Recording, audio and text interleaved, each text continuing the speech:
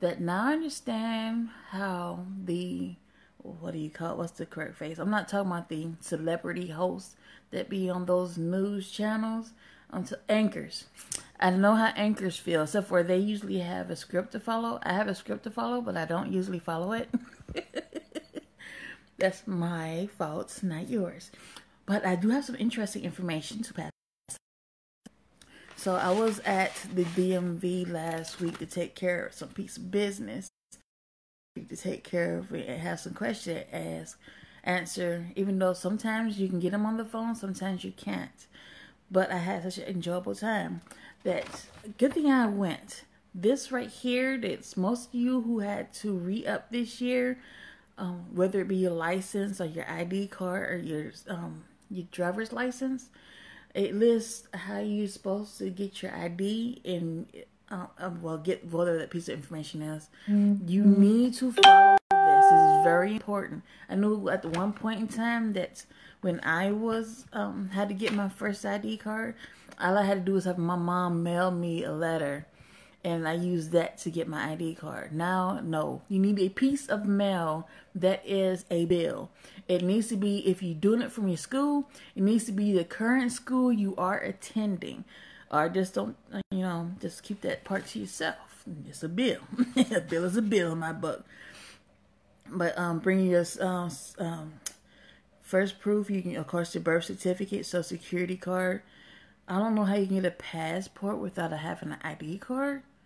I haven't looked into that. Proof of citizenship, if you have it.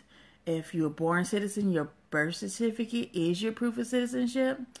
So then there's some other forms you can fill out. Your W-2 from work, that'll work out just fine. Bank statements. So getting you align at least a bank account, which I think you need an ID card to get a bank account. Oh man, I don't know how all banks do it. I do not know. I have to look that up maybe one of these days. But basically a bill, a medical bill, whatever, pay stub from a direct deposit. If you receive a pension, report card from your current high school, university, or college, grade school, or primary, whichever one you attend. But I don't think I don't know. How young can you be to get ID card?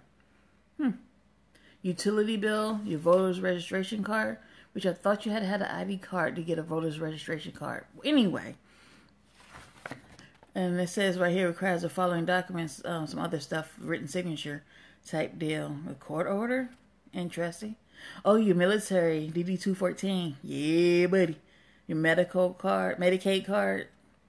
Oh, man, it is very important that when youth are getting to the age of 18, parents need to take them to get their ID card.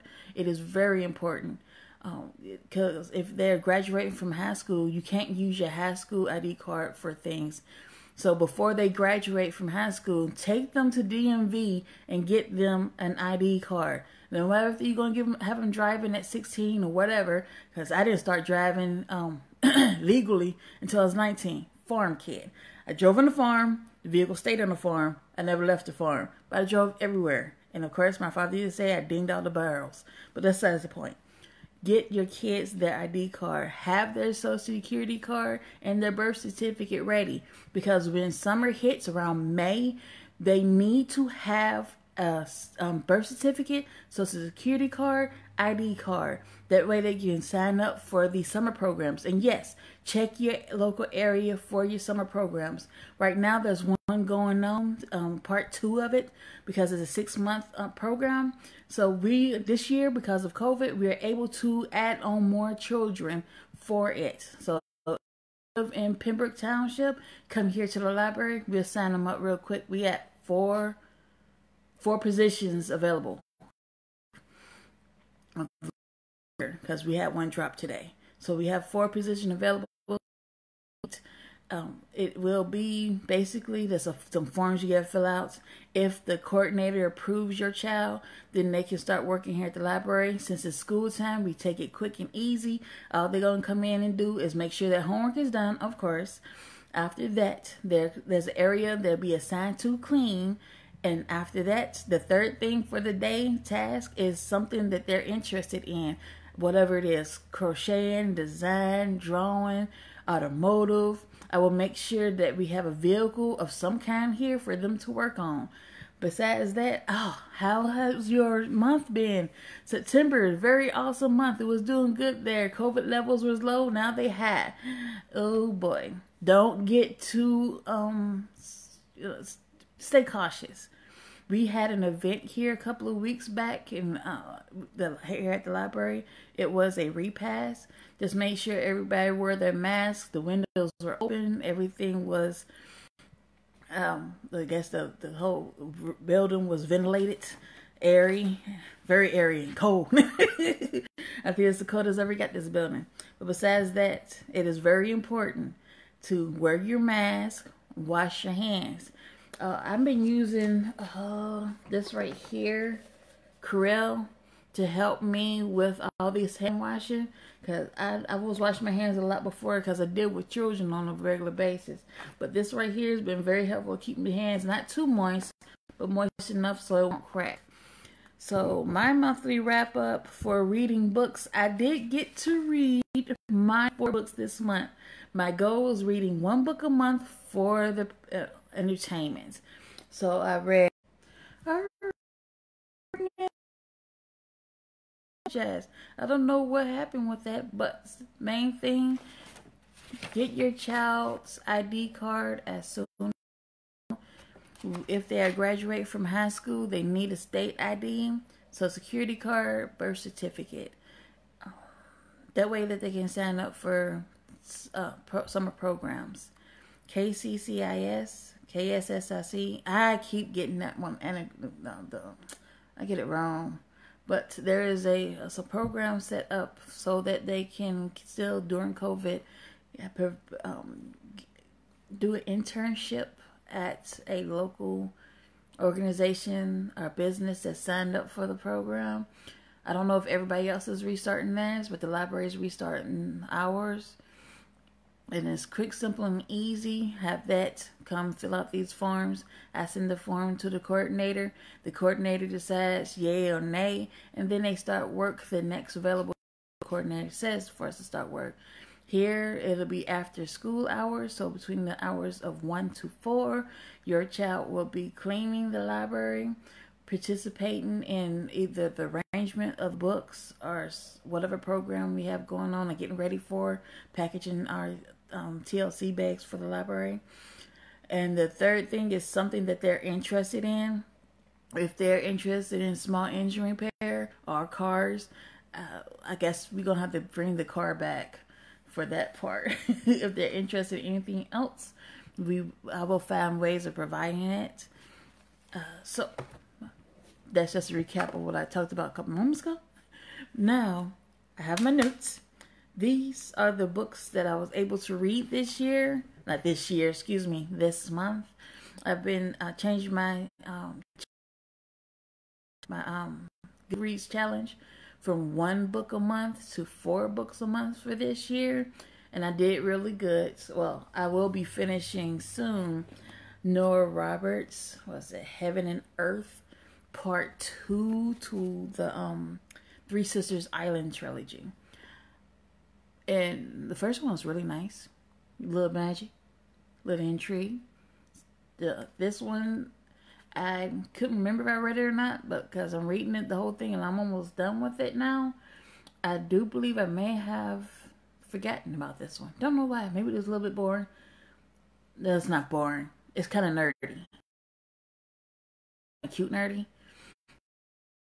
I have skipped this read by accident. That's why I'm getting better at organizing everything. Because next month I'm going to the Black Wing reading challenge. You can look it up. It's the coordinator for it has a bookish YouTube channel. I've looked it up. I posted below. I did it all on the library website already, but I posted below on here for anyone interested in participating. So it's like a bingo of different topics: werewolf, vampire, witches, suspense, thriller, all that kind of stuff. But it has to be either written by a black author or about a black character.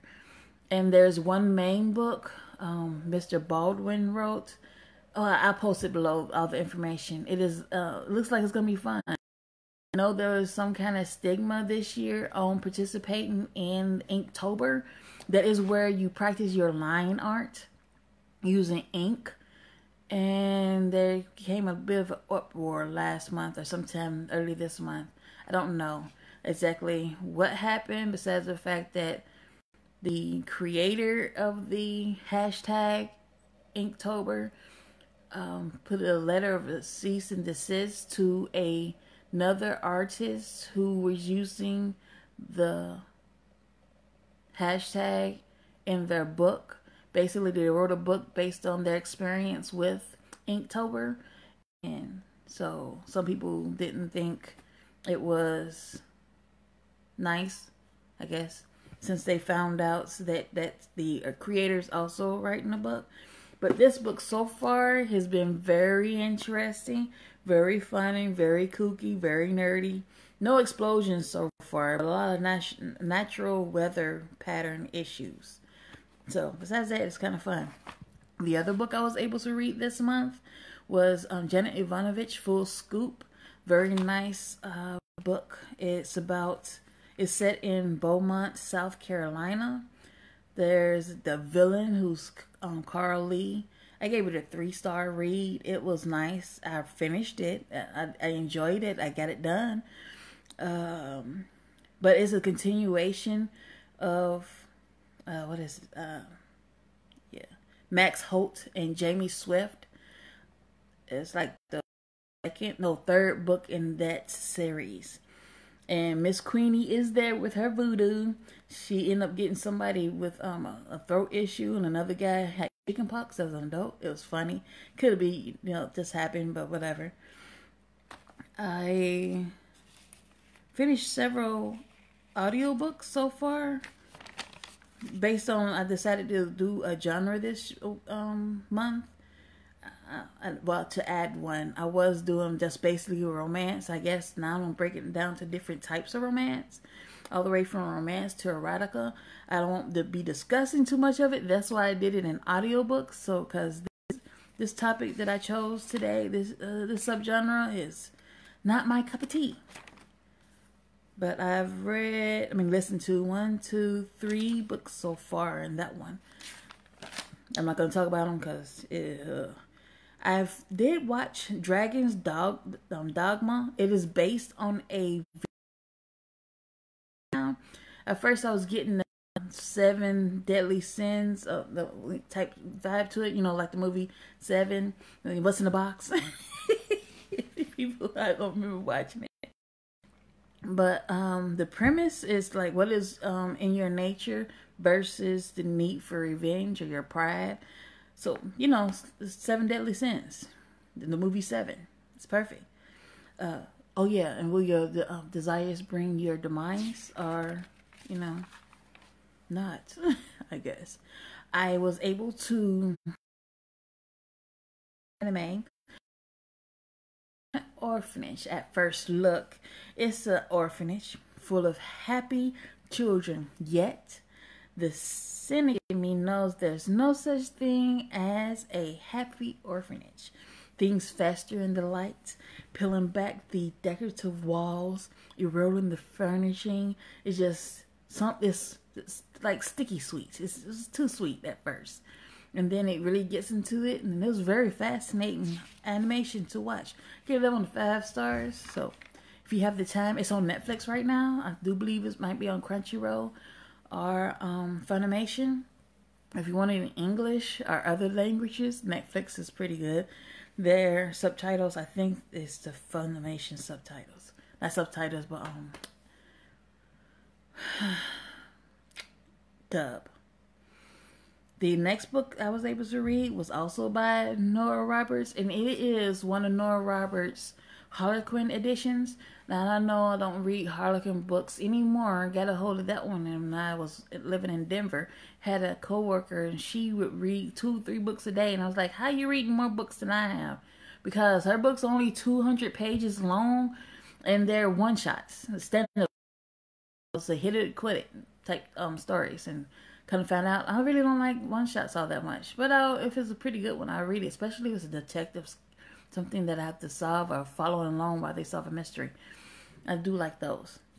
So this one, Sullivan's Woman, is basically Mr. Sullivan is a painter, and Miss St. John is an employed writer. They meet on a foggy waterfront called Fisherman's Wharf in San Francisco. It's an interesting book with, it's romance. So it's mostly about, they meet. She needs money. He got money. She works for him as a model. He paints, asks her questions, and she's not listening to her. Just rambling on and on while he's painting. And, it gets to some point that she's supposed to be sitting for 20 minutes. And then hours. It's an interesting read.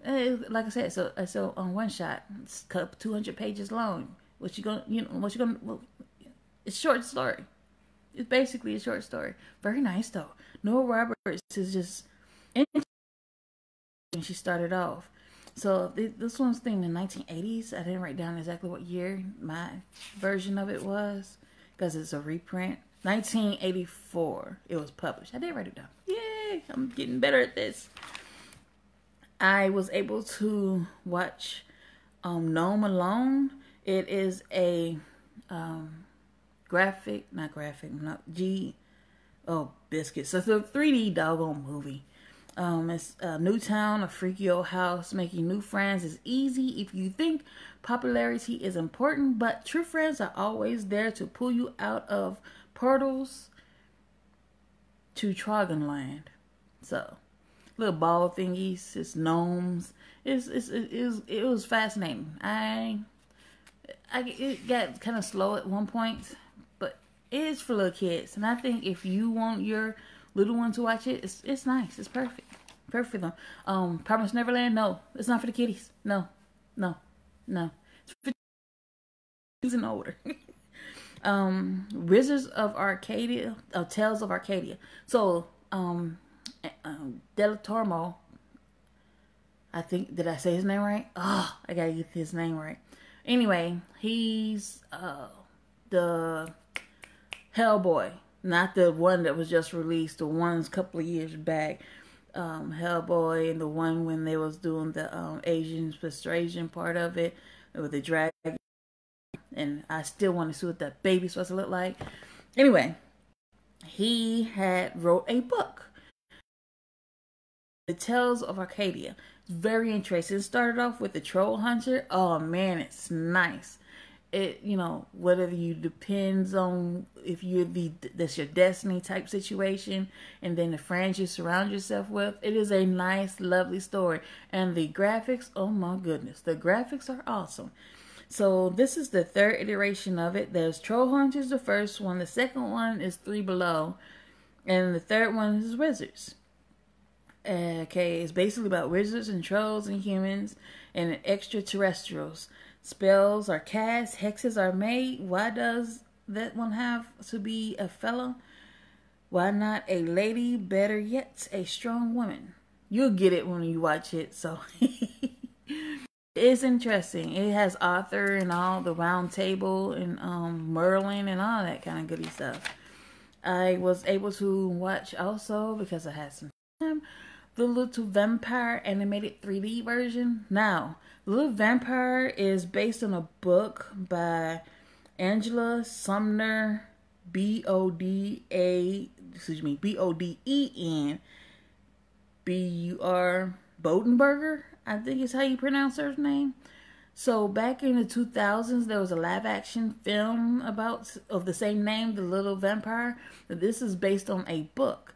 The live action was cute, funny, adorable, perfect watch for kids, because I watched it with my nieces and nephews and they enjoyed it. I would not recommend the 3D animated movie, A Little Vampire. Oh my goodness, it was boring. It was lame. Oh my goodness, seriously. The rest of it, I guess I can talk about later. Was able to finish watching Raising Dion. It was released in December 2019 on Netflix. It took me a while to watch this one because it's an hour and only get 6 hours extra time to my 7, 8, 9, 10, 11, 12, 13 hours a week being here at the library as a patron, of course. And so I only, I watched a lot of stuff. And Raising Dion was very nice. They got it listed as American Web Television Series, so I guess it started on Netflix. It was ordered by Netflix and December, came out December 2019. It has a diverse cast. It was created by Dennis Liu. It is basically a book. I think it's a book, a graphic novel. I forget. I gotta find it. That's all I know. Because this young man writing about a little 5-year-old boy and his mom, and the fact that after his father passes away, he starts developing these, spooky powers that he doesn't think it's him doing it. It's they're doing it. And he has a real interesting thing about Twix. But it was nice. Interesting twist at the end. Oh my goodness, was a twist. I was like, I did not see that coming at all. I enjoyed every part of it. And I need to find more about this young man who created this. It's a comic book. I didn't finish doing my research on that one, but it's a comic book. Had me thinking, because last year, 2019, there was a romance writer that wrote a book about Asian culture. I guess she was trying to be nice about it, but a lot of people was in an uproar of it. And that book was recommended for a romance award. So I don't know if they're gonna have romance awards this year. COVID issue or whatever, because a lot of people pulled out of the Romance Association because of this book. And basically, from what I'm understanding is that when you are writing about someone else's culture that you have not lived in, participated in, and only using your research and not taking surveys or questionnaires or, having someone read over it who's within that community, become a bad thing because she used the negative parts of the culture, basically the stereotypes, and wrote a book and thought that I was trying to do representation. Oh, and it made a lot of people angry. So I watched it. Excuse me. I really watched it. So it's my time off now, and I need to get shut down everything so I can go. So I do appreciate the ones who participated in this. This is my end of, what is this hashtag? I'm trying to get better at my bookish hashtags. This is my hashtag monthly wrap up for the month of September. I got one more day to finish reading this book, and I am on page 268 of 358. And yes, doggone it, I read slower now. I got work and I got club activities, so and my family are farmers, so I gotta help do all that kind of stuff. So I am a traveling librarian, no matter if I'm here, there, or wherever. I'm always here for you. I hope you found something interesting to read, and hopefully you join me in the Black Old Wings book challenge this month. Well, the day after tomorrow will be October, not this month, but October. We here at Pembroke Library will be having our yearly All Hallows Read program. Close to the end of the month, the anime club still doing their tournament, whether or not anyone shows up or not. So we have some bags for you to take home. Alright, talk to you later.